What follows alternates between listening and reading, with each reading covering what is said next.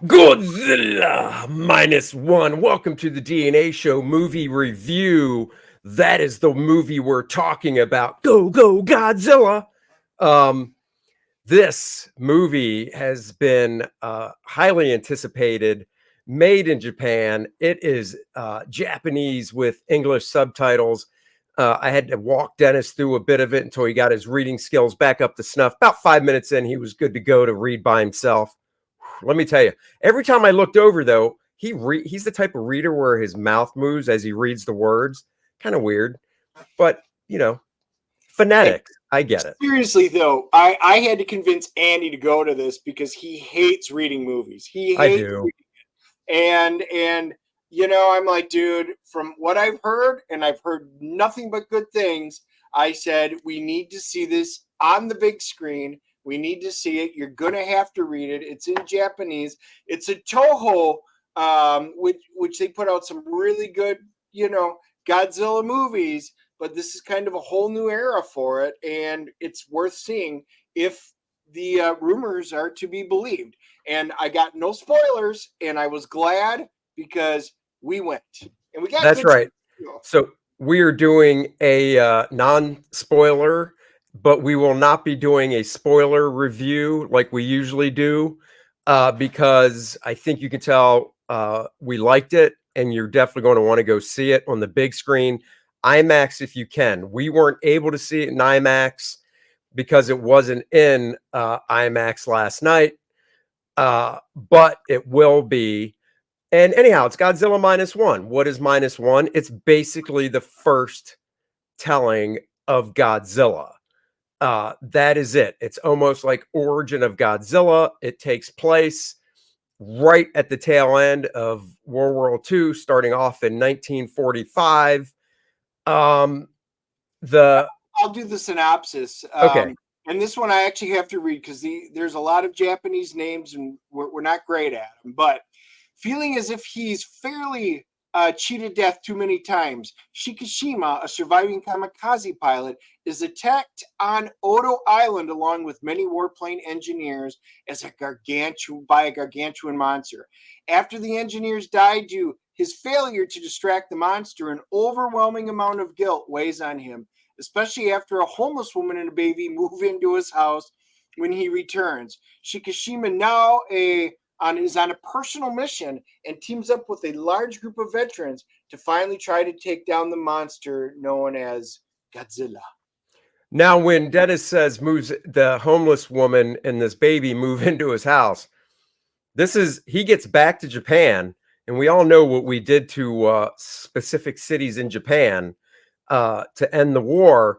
And the place is, it's in ruins. This guy's not going to a city in Japan that wasn't hit. He's going right to where we dropped him. And, it's just destruction everywhere. I mean, he moves back into, I guess you could say, the remnants of his home, and it's just basically a shack. I mean, everything's in ruins. People are just doing whatever they can to survive. Like Dennis said, he's out, you could say, uh, uh, looking for food or whatever in this market area, and this woman runs by and she hands off something to him because she's being chased by somebody. It's a baby that she hands to him. And the thing about this movie that I really enjoyed, and I think Dennis did too, is it's not your typical action movie where it's all about the big action scenes and everything in between is kind of filler with no meaning. This movie does such a great job of making you feel for and care about the individual characters. Yeah, They build them up so yeah. well. I was gonna say, I think this is the 33rd Godzilla movie that's been released. And out of all these movies, you kind of know what you're getting. Great, battle action between a monster or multiple monsters or an armed forces in Godzilla or whatever. And then there's usually these side characters. The one that was released a few years ago with Bryan Cranston. The story started off and you started feeling for the characters, and then just like that, it took a turn, and it was just monsters, and you didn't care about them. This movie is the very first Godzilla movie where you were truly rooting and liked. I liked every single character in this movie. The kamikaze pilot, the girl that moves in with him, the daughter as she starts growing up, and I use that term loosely, daughter, that he brings in, the people in the area, the fisher guys that they go out to take out mines in order to make money, and all of these different characters, you root for them, and you finally want to see. We all like Godzilla, just like Shin Godzilla and stuff like that. But this guy's every character you wanted, you liked them all. First time ever in a Godzilla movie. This was masterfully crafted from every aspect of the movie. It really was. And touching on the human aspect of it, there wasn't a villain on the human side. Usually in movies like this, you've got the good guy, star of the movie, which this movie has. You've got somebody that's playing the evil bad guy that has nefarious plans, even though everybody wants to take out Godzilla, right? And then you've got the main attraction, which is Godzilla. But in this movie, they really all come together because they're rebuilding after World War II, and they know that they have to take this, Godzilla out, or they're just going to be destroyed all over again. So it's a great team national type effort. And like Dennis said, they do just such a wonderful job building up, obviously the main character, the kamikaze pilot, the failed kamikaze pilot, because, he basically chickened out. The woman that he befriends, and the little baby. And then, like Dennis said, this movie takes place over the course of 3 years or so. So you do see the girl grow, and you see the relationship between the main character and this woman. They get closer and stuff. And even like Dennis said, this guy has to make a living. So what does he do? He takes a job on this wooden type fishing boat, and their job is to go out and basically destroy the mines from the war that are in the ocean and stuff. And why is it a wooden boat? Because the mines they're going after are attracted to metal and will go off because of that. So it has to be a wooden boat. And at first you meet these fishermen guys on this boat, and you're like, like the head guy, you're kind of like, I don't really like him that much. But then he grows throughout the movie, and you like him. And the special effects in regards to Godzilla are just phenomenal. So guys, phenomenal. When I tell you this, it's not an exaggeration. There's so many versions of Godzilla. This isn't just one of my favorite, because you actually see the growth of Godzilla through this. And for those of you that are fans, you'll know from earlier movies, how through the atomic age, he gains power and stuff, and what wakes him and grows him. We see that in here. Now, here's the cool thing. This is probably one of the most horrific, horrifying Godzillas. If you're ever scared in a movie, this is it. He does things in this that he doesn't do in any other Godzilla movie. And he's like a really massive T-Rex that's kind of on a rampage. His breath weapon that we love, either the cosmic or the atomic breath weapon. Oh my God, it was so great. Swimming through the water as he's chasing you. It was so realistic. But get this, guys. He did all of this. These effects were amazing. Everything in this looked fantastic. They look like models sometimes, but they were meant to because of the old Godzilla movies throwback. But there was such detail, you really couldn't tell. It was just so good.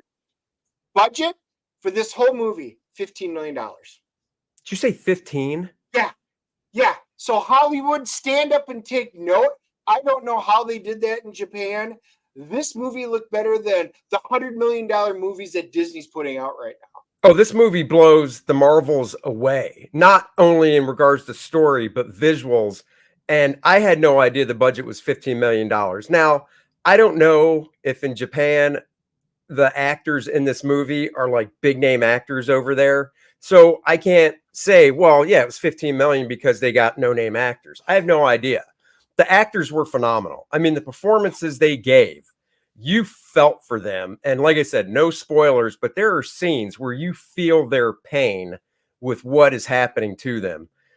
I can't believe 15 million. There were the couple scenes Dennis said, and this is not a negative, where they either used models, miniatures, but because, the technology so far advanced, you can really craft these miniatures and film it so it looks so real, or they CG'd it and tried to give it that subtle effect too, as a tip of the hat to the original Godzilla movies where they were miniatures. Either way, it didn't pull me out of the story. I actually thought it was really freaking cool. Yeah, I just verified, by the way, the film grossed $23 million opening against its $15 million reported budget. Wow. And when Godzilla does his atomic breath and it starts from his tail with his spiky things on his back going choo, choo, choo, choo, and like popping up and glowing blue. I mean, it is just, we will be seeing this again in IMAX, if not 4D, real 4D, which there is a theater in town that does that. Yeah, so, guys, there are not many movies that I want to run out and see. Twice, And, again and again, as soon as this comes out in 4K, I will be owning it. This is hands down my favorite Godzilla movie. And honestly, this is probably my favorite movie of the entire year, even surpassing Creator, which I thought was incredibly well done, also on a super low budget. So, you indie guys out there that are thinking of making movies in a low budget, these are proof you can do it. Well, you know what it is? It's if it was 15 million and obviously it was produced in Japan and stuff, they obviously don't pad their own pockets incestually like the movie studios over here do by going, well, this movie was 200 some million because we had to pay for this. Not, wink, wink, nod, nod, filter that money through to boost up the budget, but it really comes back around. You know what I mean? It's anyhow, let's just CGC this puppy. There's not much more to say about it. We're not doing spoilers. No. So I'll go first. Okay. I'm giving this sucker, this is very rare for me. I'll give it a nice high and tight, nice and tight. 9.8. It's right up there. So guys, I toyed with this last night. Do I give it a 9.8, which is tied for my highest movie review of all time, or do I go a full-blown 10? I just don't know, because a 10 is perfect. Right. A 10 is perfect. I was struggling. Yeah. It's called mint. I mean, there's not a single flaw, any little thing that you would do different. This is as close to perfect as I think you can get. The story gripping, I'm giving it a 9.8. This is probably as equally as good as much as I loved Maverick, which was surprisingly another awesome movie. I was hoping this was going to be good, but even my highest expectations, this blew everything out of the water. I can't wait. I'm taking my nephew to go see it. He saw the trailer and he's dying. I'm like, dude, it's so good. So 9.8, all I can say, great movie. Absolutely go see this thing. And if you can see it in an IMAX, do it. Okay, what do we got for Rotten Tomatoes or any of that stuff? Yeah, let's see. Rotten Tomatoes. Critics, 98%. Audience, 97%. Wow, look at that. It is very, very rare that the two of them meet.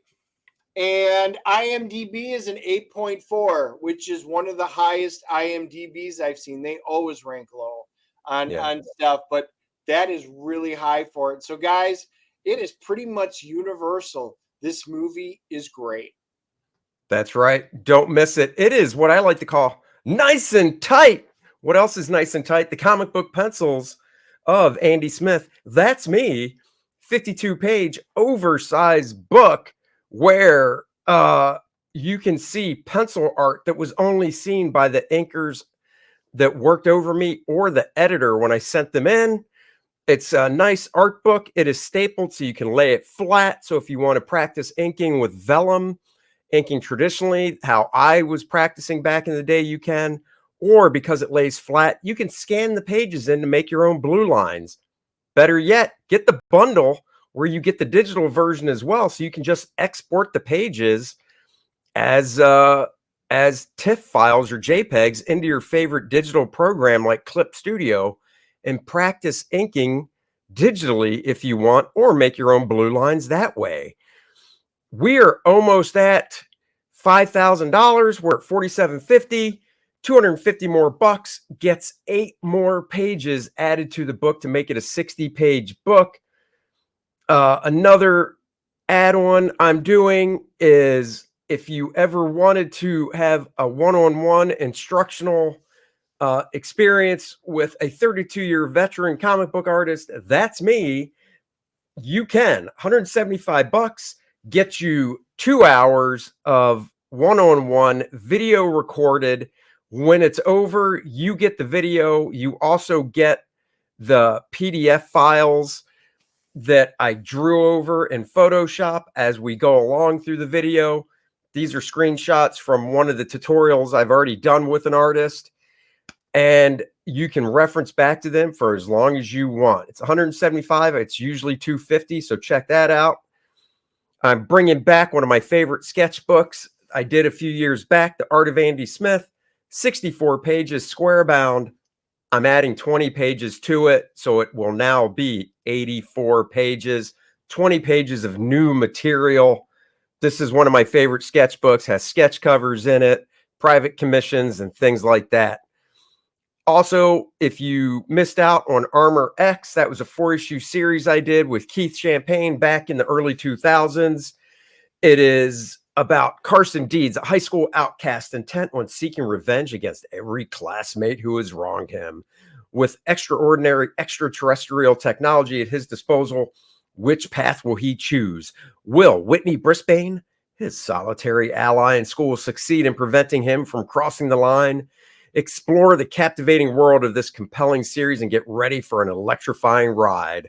I've got 20 sets available of issues 1 through 4, 30 bucks for a set. Front covers by me. It's a flip book where the back covers were drawn by some of today's great artists, Bart Sears, Aaron Lopresti, Jeff Johnson, and Carrie Randolph. So guys, the link is in the description below. Go check out Nice and Tight, the comic book pencil art of Andy Smith. Thank you for joining us on this movie review. We will, of course, have another one next week. Not quite sure what it is. Hopefully, it'll be Silent Night. That also came out this week, and we do want to see that. So there's that. And next Wednesday at 3 p.m., the Dennis and Andy Show will be back. So join us then. We will have a guest. And thank you for joining us today. Like, subscribe, and share. Go see Godzilla.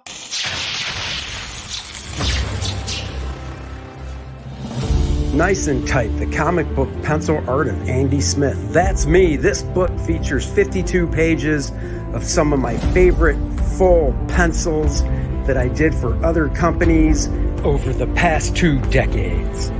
The raw pencils as they were seen by the inker, and now you can see them for the first time. This book also comes in a digital format so you can practice your inking in your favorite program.